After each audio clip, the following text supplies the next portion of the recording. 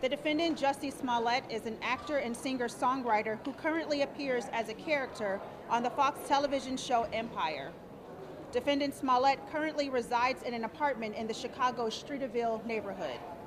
The people expect the evidence to show that on Tuesday, January 22, 2019, Defendant Smollett received a written letter at the SinSpace Chicago Film Studios, which is the facility on the southwest side of Chicago where the Empire television show is filmed.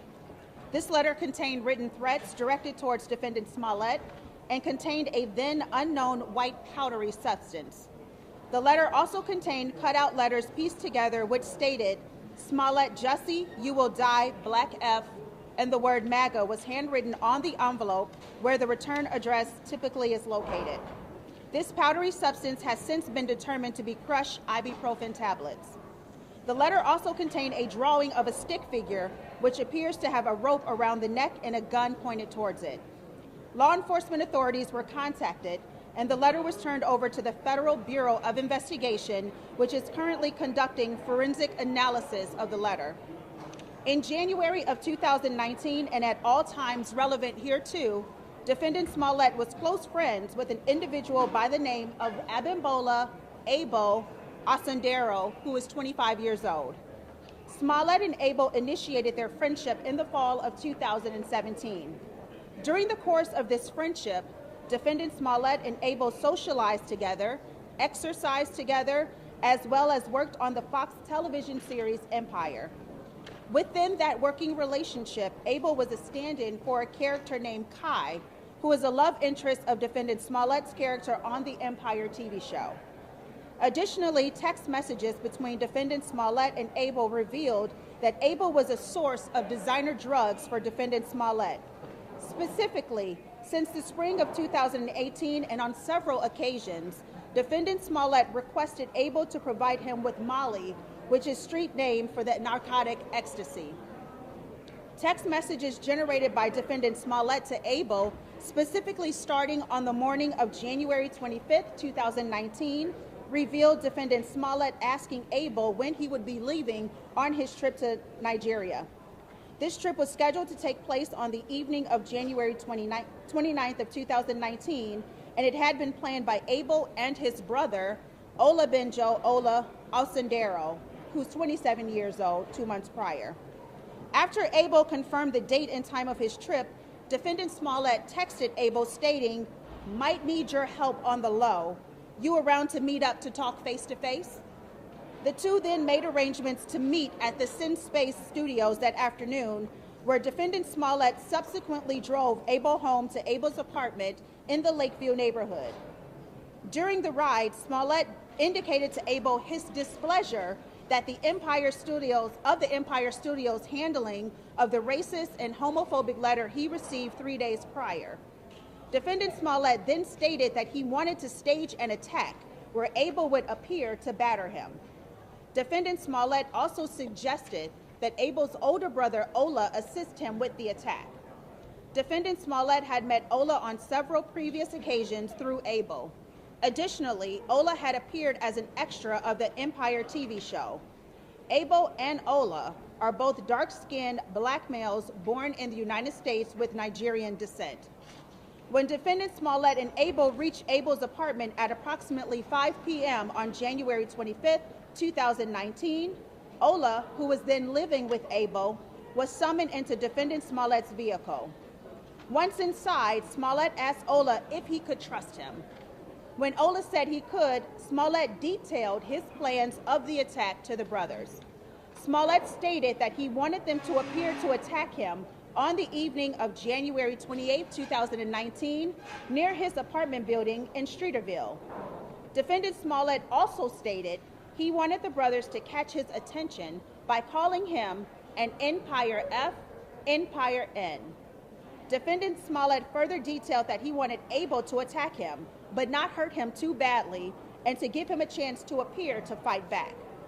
Defendant Smollett also included that he wanted Ola to place a rope around his neck, pour gasoline on him, and yell, "This is MAGA country."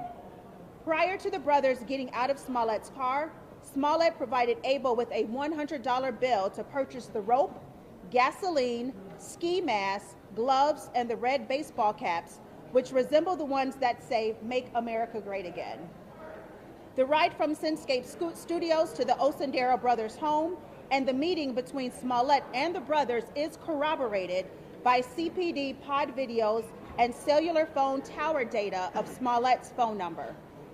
On the late morning of Sunday, January 27, 2019, Smollett drove his vehicle back to the Lakeview neighborhood to pick up the brothers and show them the scene where he wanted the staged attack to take place. Smollett then drove the brothers to the corner of New Street and North Water Street in Chicago, where the staged attack was to take place. This was just outside of Smollett's apartment building.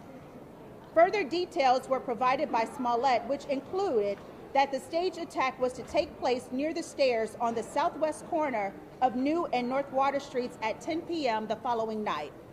Smollett also instructed the brothers not to bring their cell phones with them. Smollett directed the brothers' attention towards a surveillance camera on the corner, which he believed would capture the incident. There was a change in the plan in that bleach was going to be used instead of gasoline during the simulated attack. Smollett then drove the brothers home and provided them with a $3,500 personal check made payable to Abel, which was backdated to January 23rd of 2019. On the morning of January 28, 2019, the date of the planned attack, the brothers purchased the clothing items at a local beauty supply store and the rope at a nearby hardware store using the $100 bill that Smollett had given them. These purchases were corroborated by surveillance video and a receipt. Abel also deposited Smollett's check that same day in his own bank account. Later that evening, the plan had changed and the time of the attack had to be pushed back because Smollett's flight into O'Hare Airport from New York had been delayed by 4 hours. Smollett's plane eventually landed at O'Hare at 12:30 a.m. on January 29th of 2019.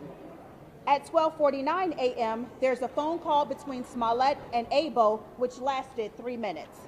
During this call, Smollett told Abel the attack would take place at exactly 2 a.m. at the location.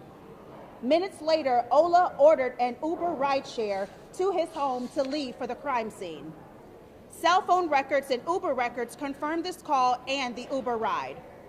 The brothers then took the Uber to the 1400 block of North Wells, where they exited the Uber and flagged down a taxi, which took them to within 3 blocks of the arranged scene at approximately 1:22 a.m.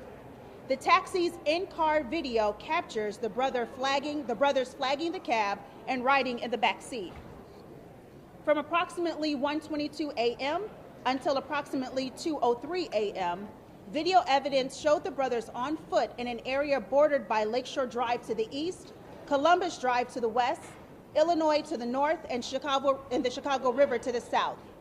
Video evidence also showed that Smollett returned back to his apartment from the airport at approximately 1:30 a.m. At 1:45 a.m., Smollett left his building to walk to a nearby Subway restaurant at Illinois and McClure Court. At 2 a.m., the brothers were at the intersection of New Street and North Water Street. However, defendant Smollett did not arrive at the preset time. The brothers then proceeded a quarter block north and waited near a bench until Smollett arrived, which was 4 minutes later. Surveillance cameras captured the brothers waiting at this location just prior to the staged attack. During Smollett's interview on ABC's Good Morning America, which aired on February 14th of 2019, he identified the people shown in the still of that surveillance video as his attackers. Also during that interview, Smollett indicated he was positive these were his attackers. The 2 men in this video are in fact the Osendero brothers. It was at this time that the brothers staged the attack of defendant Smollett, just how Smollett had instructed them. While the staged attack was occurring, a witness who is an employee of NBC News Chicago had just parked and exited her vehicle around the corner from the location of the staged attack. This witness indicated that she heard nothing at the time of the staged attack, despite the fact that defendant Smollett told CPD detectives that his attackers were yelling racial and homophobic slurs at him, and he in turn was yelling back at them. The staged attack lasted 45 seconds, and it was just outside the view of the desired nearby camera that Smollett had pointed out to the brothers approximately 15 hours earlier. Approximately 1 minute later, video evidence showed the brothers run from the location southbound towards the Chicago River and westbound towards Columbus Drive. Video evidence also captures the brothers entering a taxi at the Hyatt Regency Hotel across the river at 2:10 a.m. Video evidence then showed at 2:25 a.m. the brothers exited the taxi on the 3600 block of North Marshfield Avenue and walked northbound. This was only a few blocks from the brothers' Lakeview apartment, which was also the original Uber pickup location to the staged crime scene. Video shows the brothers walking from where they were dropped off towards their home. 2 minutes after the brothers exited the taxi at 2:27 a.m., defendant Smollett's manager called the police to report the incident.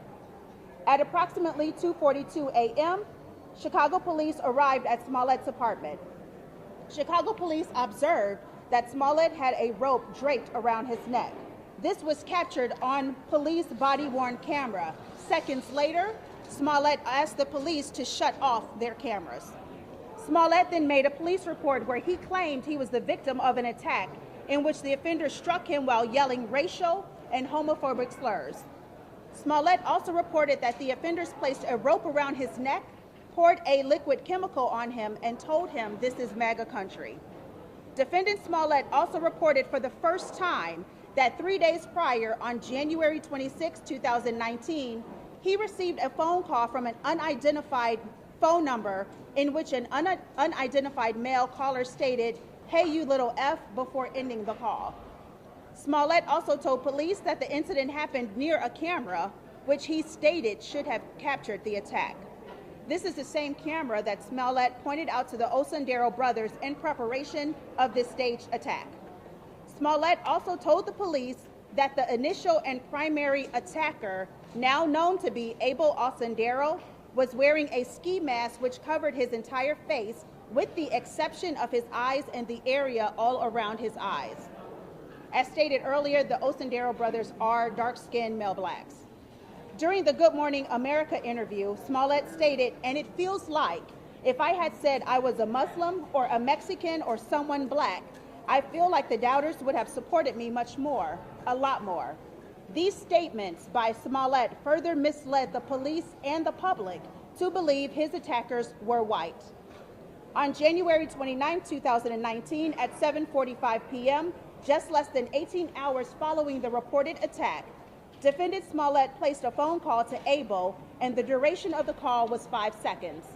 2 minutes later, Abel called back Smollett, and that call lasted 1 minute, 34 seconds. The brothers then boarded their flight to Nigeria and left the country. On January 30th, 2019, at 10:46 a.m., defendant Smollett called Abel, who was in Istanbul, Turkey, and the duration of that call lasted 8 minutes and 48 seconds. For the next 2 weeks, Chicago Police Department investigated this matter as a hate crime. The Chicago police were able to identify the Osendero brothers as the alleged attackers through an extensive investigation using surveillance videos, pod police videos, in-car taxi camera videos, ride-share records, credit card records, bank records, and a store receipt. On February 13th of 2019, the brothers returned from Nigeria and landed at the Chicago O'Hare International Airport, and they were detained by U.S. Customs. Members of the Chicago Police Department placed them into custody. That same evening, the Chicago police executed a search warrant upon the Osendero brothers' residence, where they recovered evidence that linked Abel to the Empire TV show. The police had already determined that Ola was affiliated with the show. Following their arrest and through consultation with their attorneys, the brothers agreed to cooperate in the investigation. As more evidence such as text messages, phone records, social media records, bank records, surveillance video, and the receipt from the purchase of the rope was obtained by investigators, this investigation shifted from a hate crime to disorderly conduct. The Cook County State's Attorney's Office approved charges yesterday at 6:10 p.m., And at 5 a.m. this morning, defendant Smollett was placed into custody at the Area Central Police Headquarters. Thank you. Excuse me.